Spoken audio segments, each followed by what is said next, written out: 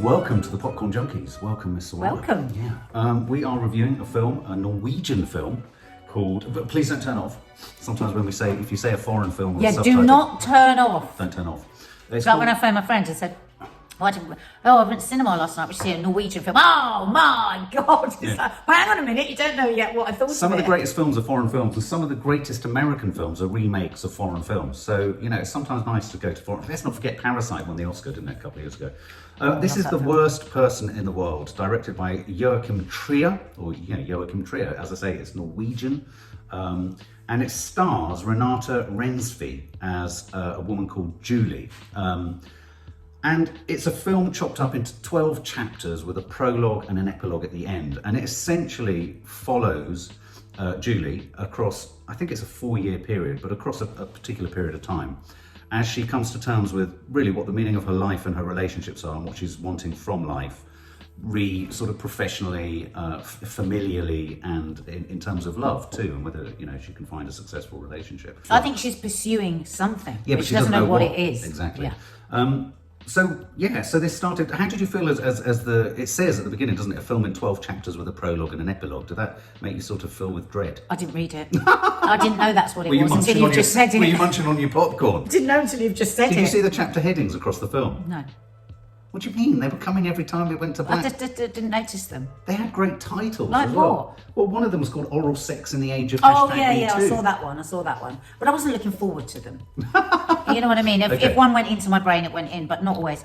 But I tell you what, I put a warning out for the first few minutes of the film because my ear isn't used to Norwegian. Yeah. And so for the first few minutes, I didn't like the sound of the language. Right. A bit like sometimes that's the same with Portuguese. Right. But actually, and so I was like, oh God, how am I going to deal with this? Yeah. But actually, I then really grew to love Norwegian. We always go on about this in this family, don't we? We hate a dubbed film. We love to actually the language. So don't be put off. First few minutes, I was a bit like, oh God, this is jarring almost. Because I do think still there's a huge resistance to use if you say a Norwegian subtitle film with a chapterized structure. People would be like that. This is, I think, and I'll say it from the off, I think this is a remarkable relaunch or launching of a female actress and 2 male actresses who are absolutely sensational.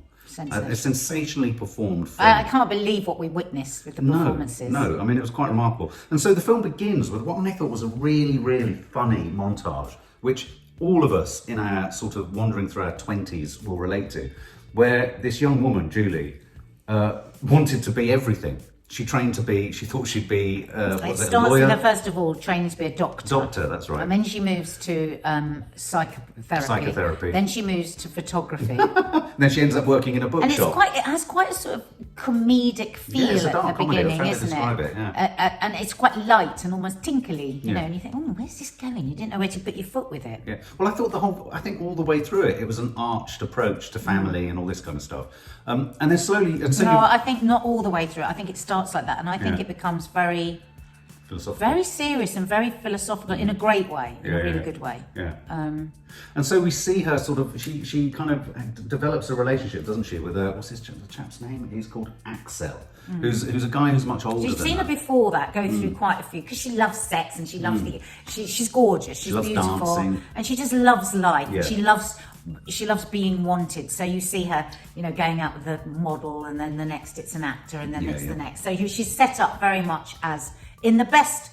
When I say good time girl, I don't mean that as a derogatory term, and unfortunately a lot of the world still does see that. A good time girl. She's out to a bit of a hedonist. Plugged in. She's having a great time. Yeah. And then she meets this older chap. Yeah. A very sort of thoughtful. He's a cartoonist. He very successful. Very successful. Sort of highly regarded. At a completely different place in his life to her, because I think is he about 8-9 years older than her? No, he's 44, and I think she's about 27. So I think it's quite a substantial age difference. Oh God, years. You don't feel that with them. But and so their relationship takes off, and one of the kind of funny, well, not funniest, but it was comedic, but also so true, was the first scene where she essentially goes to see his family. Do you remember, for the weekend, and they're all staying in that sort of out. Not his family, it's his friends. Was it? I thought some of his family were there too. No, it was all friends. Your friends all the way through. But it was a weekend of sort of drinking, laughing, chatting, and we saw the excesses of alcohol.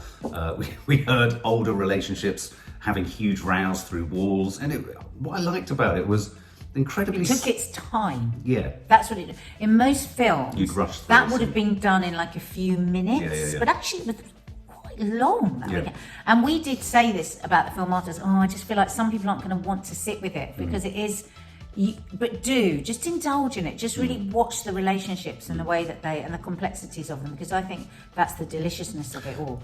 And there's so many great moments. Oh yeah, in that so many weekend. great details about relationships and how people are and the pressures and drinking alcohol to kind of almost numb yourself from what the reality is. But in that, she does such a great job, the actress. Yeah. It's all very subtle. But it's like you like her, but you don't really like her. Well, that's it's really yeah. I mean, quite early on, I was retrofitting the title "Worst Person in the World" to everything she did. I was trying to work out. Would I want her to be my friend? Yeah. Would I befriend her, or would she be the person that I'd go, oh God, yeah, she's engaging, she's really attractive, and there's something enigmatic about her and all of that. But I don't know if I'd say, do you want to come for a coffee? No, I found her. Well, I'll get on to what I mean. Once you've moved through more of what she'd gone through, I found her very sort of. I almost found her sort of removed from everything that was happening to her, and it was like she.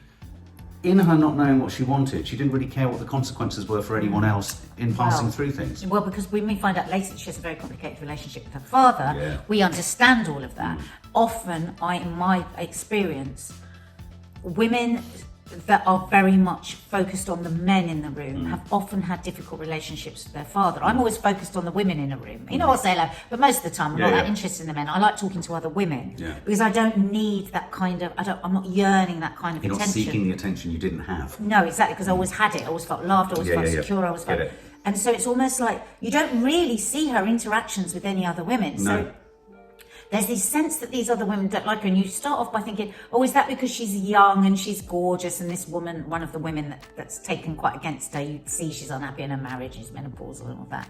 And I was thinking about it that night when I went to bed, and I was thinking, no, I don't think it was necessarily that. I think that's the easy route to think that. I think she's one of those women that is just quite removed. Yeah. And so could come across as haughty, unkind, unengaged, but actually she was just quite damaged by the father's relationship. I have to say, there's a cameo by her father. Horrible. The scene between her father. So she's hooked up. She's hooked up with this Axel, and it's the kind of longest. It lasts the longest. This relationship between her and him. He is a sensational actor. Anders Daniel Lee. Oh my God! I mean, I think he's sensational. become one of my favourite actors. Yeah. Her father was.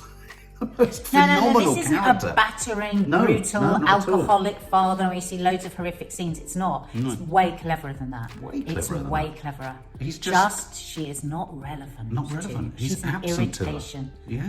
And he has no compulsion to see her. What both of us said when we came out of the film was that how beautiful and refreshing it was to see such good men in this film. He's the only one that isn't. Yeah. But the fact that Axel, her partner, in this great scene where they go to visit him, is painfully aware. But he played that so well. So the partner of Julie, sort of frustratingly wanting her father to kind of step up to the plate and be interested in his daughter. But the amazing thing is, she chooses amazing men. Yeah. Very true. She chooses men that want to love her and care for her and have an equal relationship with her. It's not even like men that want to rescue her. These are she and the other lover that she has. They're great men. Yeah, they are. We all fell in love with them. Well, I have to say, and so this relationship, we won't talk about what happens to it, but I think you can kind of guess. Don't give a spoiler. No, but a lot of it pivots around he wants children, she doesn't. There's all of that kind of stuff going on.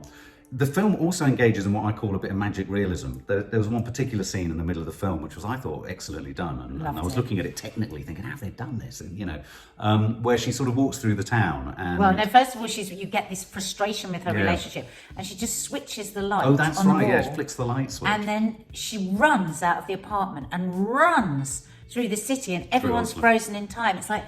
Well, it starts with him. It starts with her partner with the tea half pouring. Would you like a cup of coffee? And she says yes. He pours the coffee. And it was just so... Anybody that's ever had a domestic situation with somebody they love could identify that. I wish I could just stop fucking time and just have a fucking break from you, from this, from the house, from our lives. And so they do that. And I just thought it was so brilliant. It was so brilliant. And it's such a standout moment in the film. There are two moments, in fact. There's that moment...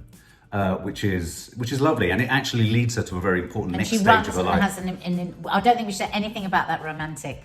Well, we shouldn't say anything about what happened. Well, you can't talk about this. For me, that was the most astonishing scene. It really was. She gatecrashes a party of sorts, but a scene develops between her and another man. And they're both intent on not being unfaithful. Even though there's an animal attraction between the two. But it's of them. one of the most brilliantly it's performed, so sexy. written, cleverly executed scene of faithfulness and unfaithfulness all rolled into one, and a struggle to define either. Just beautiful. As Mark said, and he's absolutely right, it could be slotted out as a short film. Just as it was. Short just, film. And at this point, you fall in love with another guy in it. And the two men, I said, the first thing I almost said to you when we came out of the cinema, and this is weird because so much stuff is about male privilege. I recognise that. There are male characters in everything. They're the heroes, they're the characters that you identify with and all this kind of stuff so often, and historically the case.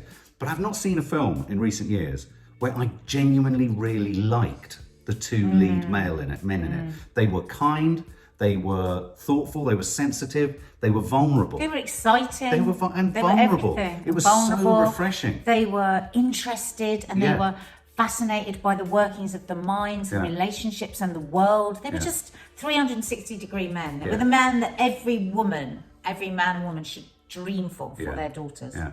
And then, so two other things that happen in the film. We're not wanting to give away too much because we really want you to see it, and it's really nuanced and clever and witty and funny film.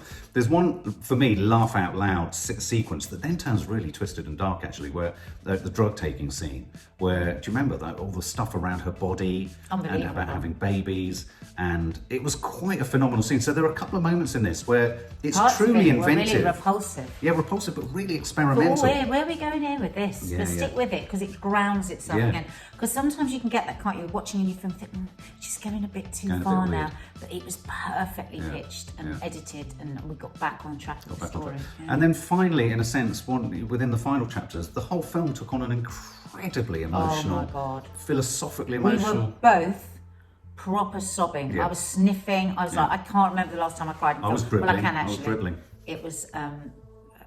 Bradley Cooper. A Star is Born. Star is Born. That's the last time I cried in the cinema like that. And again, without giving away the ending, it's all about. It makes you think about the meaning of life. It makes you think about the meaning of relationships, love. Is that the most important thing that happens to in our life? Who we love, how we. I always say that, who we love and how we love back, because I think it is. And it's our connections that make us.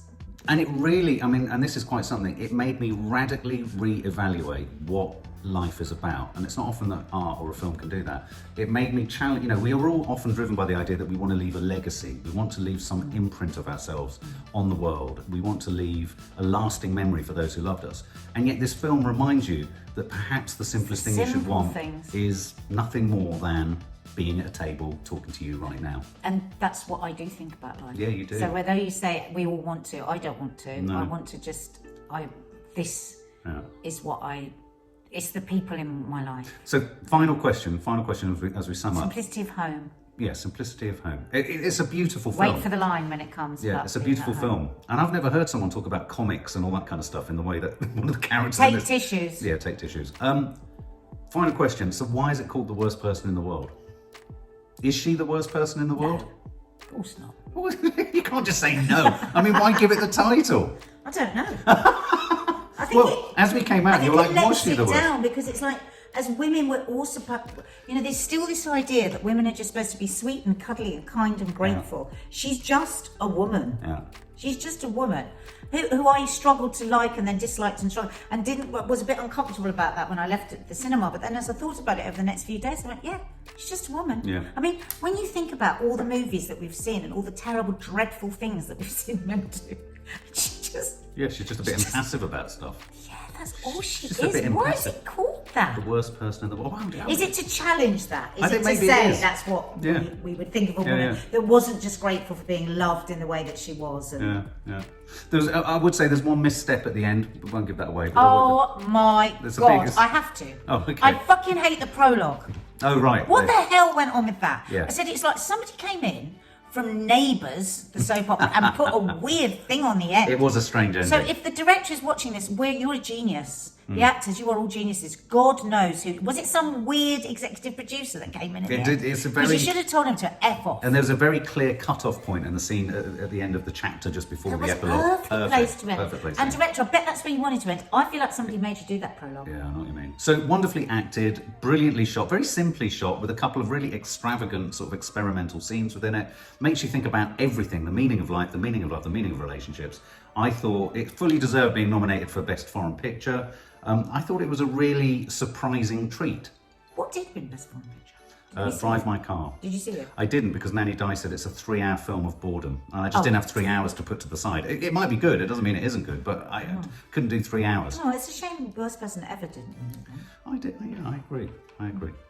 Anyway, that's us. Don't forget to hit the subscribe button and the notification bell and have a little look around our channel. We do all sorts of stuff: food, mental health films, daily live news shows, movie reviews, Gardening. TV reviews, gardening, reactions to trailers. Food and more food. You. Nadia does food. Day and night, we're here for you. For more film and family fun, don't forget to click the subscribe button and make sure to click the bell to never miss an update.